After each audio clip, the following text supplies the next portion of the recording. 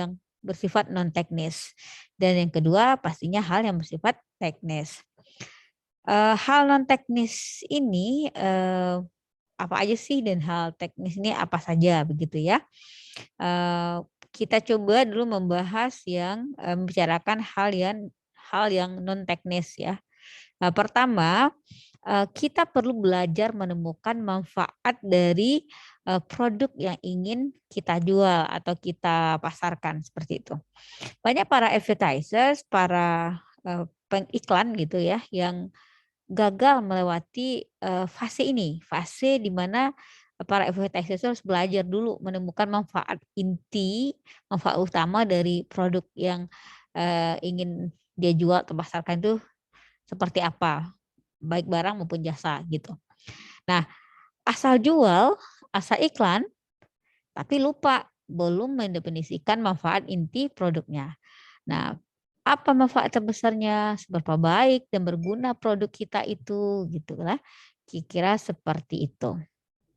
Nah, misalnya kita ambil contoh untuk jualan tas gitu ya. Apa sih kelebihan dari tas yang sudah Anda produksi atau jual gitu ya? Kalau manufaktur ya produksi, kalau perdagangan jual gitu ya. Nah, kenapa orang atau customer mesti beli tas Anda? Apa uniknya tas Anda gitu? Apakah terbaik atau unik atau apa? Nah, ketiga, seberapa penting tas Anda itu harus mereka miliki, harus customer miliki. Nah, kira-kira seperti itu.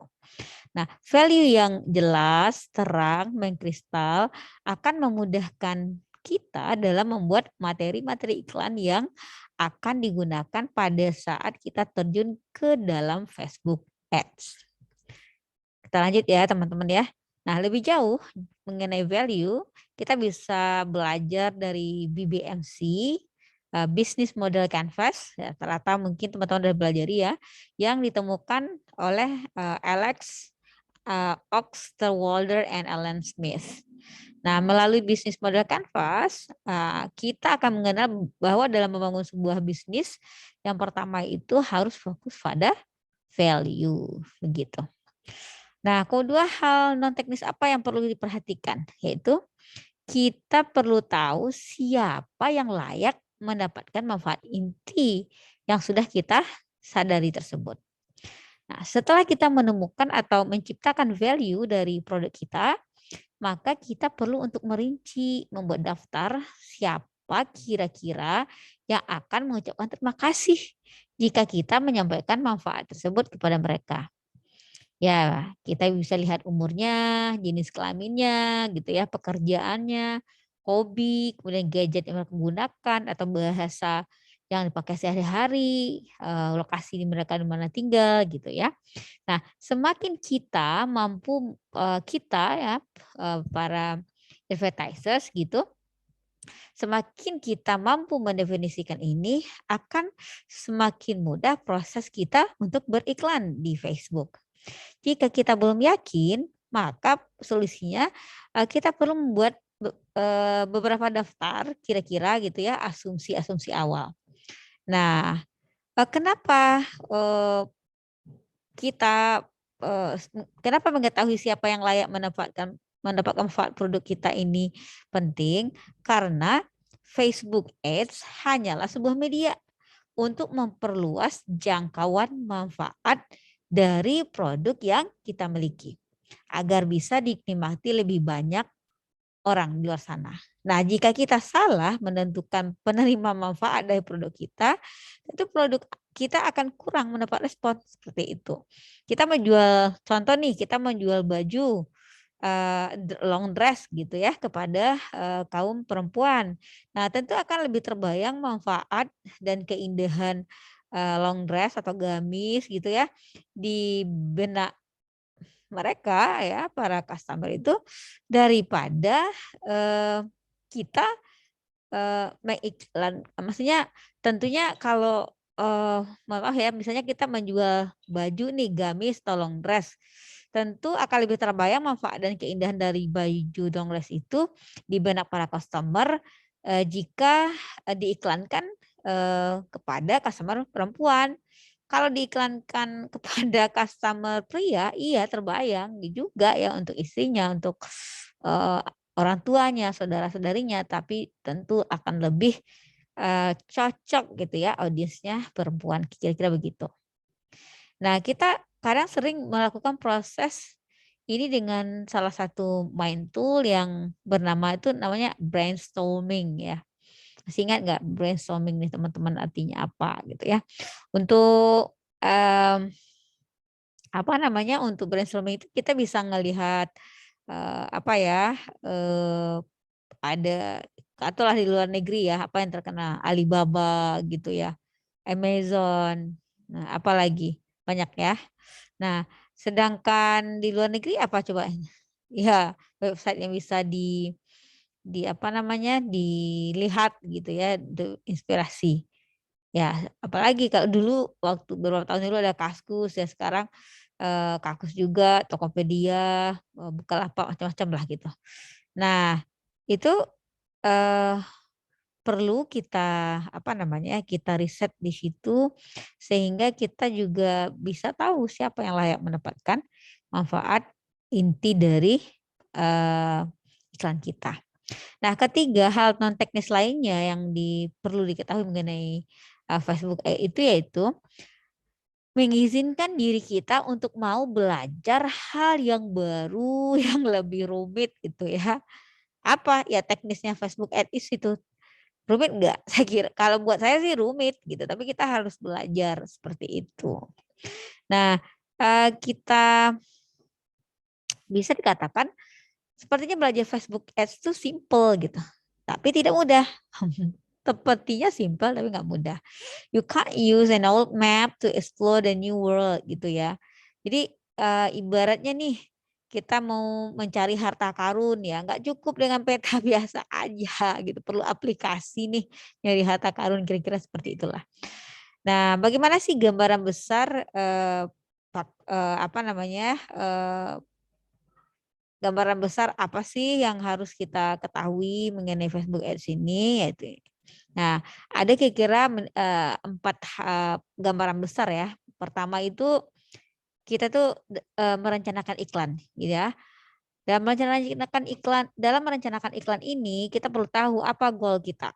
Hasil akhir apa yang ingin kita capai dan indikator, kalau iklan kita itu berhasil seperti apa. Jadi hasil akhir apa sih yang ingin kita dicapai dari iklan yang kita bayar di Facebook Ad gitu ya, indikator kalau dan indikator apa yang bisa kita pakai kalau, iklan itu berhasil. Nah itu di dalam, itu namanya tahap perencanaan iklan.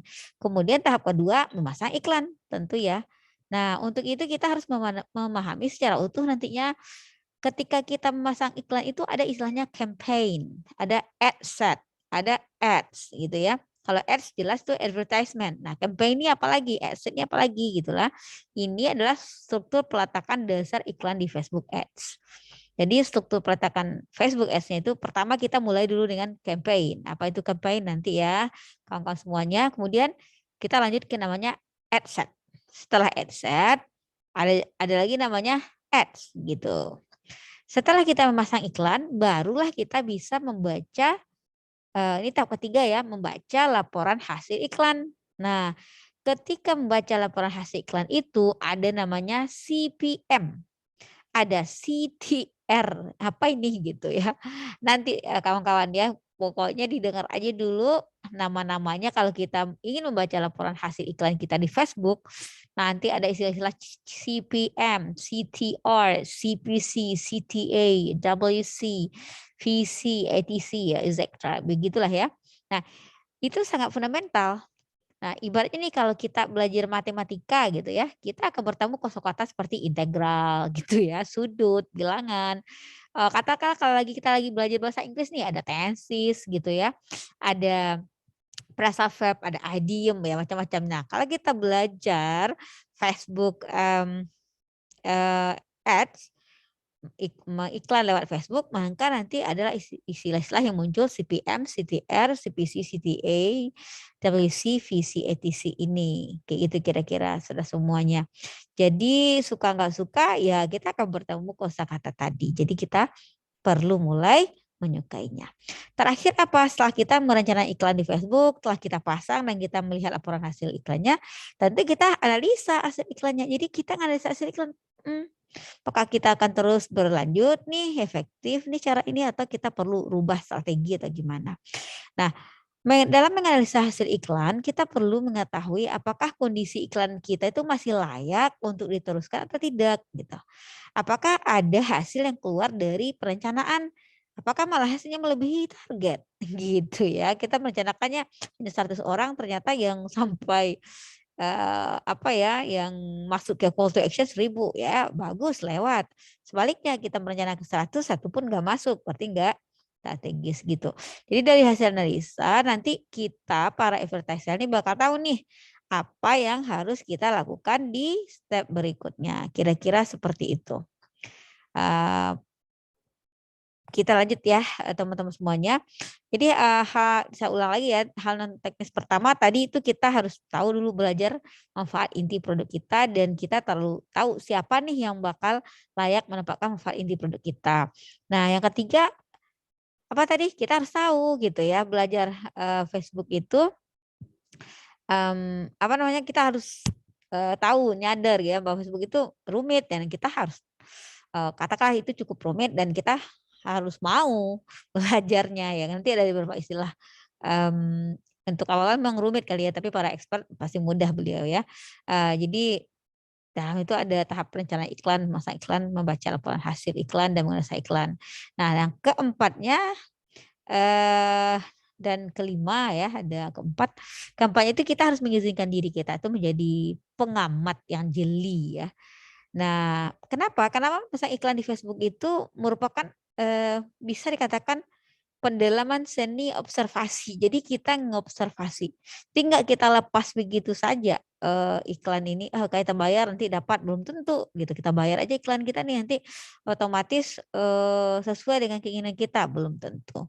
Nah, makanya kita harus rajin mengamati apa? Iklan orang lain yang ada di mana? Di timeline-nya kita. Nah, terus kedua membuat hipotesa sederhana, mengapa ada iklan yang mendapatkan respon sangat baik, ada pula yang jelek. Nah, kita perlu mendapatkan inspirasi dari iklan-iklan yang mendapat respon baik gitu ya. Dan kita harus belajar hati-hati dari iklan-iklan yang mendapat respon jelek. Nah, kita tentu harus mengamati juga apa yang sedang tren saat ini. Kita menyelami kehidupan para calon customer kita seperti itu ya, calon pemirsa kita. Nah, terus kita juga perlu mencoba terlebih dulu produk yang bakal kita pasarkan, kita jual gitu ya. Dan tentunya kita harus melakukan survei market lah, kecil-kecilan seperti itu. Nah, keberhasilan seorang advertiser gitu kan bukan ditentukan dalam, saya kira bukan dalam sertifikat course atau workshop ya. Kalau course atau workshop mungkin itu lebih ke peletakan dasar-dasar teorinya. Nah, sedangkan faktor keberhasilannya itu memang lebih diutamakan dari pengamatan yang detail terhadap pekerjaan yang kita lakukan. Begitu, teman-teman. Nah, terakhir hal-hal non teknis itu kita harus apa ya, mampu mengatakan tidak untuk distraction gitu. Apa sih maksudnya? Nah, jika kita sudah memutuskan ingin mempelajari Facebook Ads, maka kita tutup dulu pelajaran lain yang bisa mengganggu fokus kita sampai kita menguasai Facebook Ads. Kira-kira seperti itulah ya. Kita ya mungkin ada istilahnya lapar mata gitu ya, sedikit-sedikit lihat eh, visit lalu tergiur dan pindah seperti itu ya. Jadi satu-satu dulu kalau bisa seperti itulah kira-kira. Nah, jika Facebook Ads kita sudah di luar kepala bagi kita, udah lancar gitu ya, maka ya silakan kita mengerjakan yang lain, masuk ke ads yang lain. Nah, banyak nih orang yang sudah bertahun-tahun gitu ya, nggak tamat juga belajar Facebook Facebook Ad gitu, Facebook Ad-nya gitu kan. Nah, baru belajar, ada juga ada belajar sebentar sudah ngupdate kemana-mana dasarnya belum selesai. Jadi, memang sih kita sedang berada di dalam sebuah industri yang paling inovatif abad ini. Bergerak kita itu dalam hitungan detik, menit, jam gitu ya, sedikit aja meleng, kita sudah ketinggalan jauh nih teman-teman. Makanya, bagi teman-teman yang sudah, mengenal, Facebook Ads atau sudah, memakai Facebook Ads, ya selamat, berarti teman-teman udah keren banget ya, udah maju duluan. Nah, bagi teman-teman yang baru mengenal atau baru akan memakai, yuk kita sama-sama belajar, jangan patah semangat, you can do your best. Kira-kira seperti itu.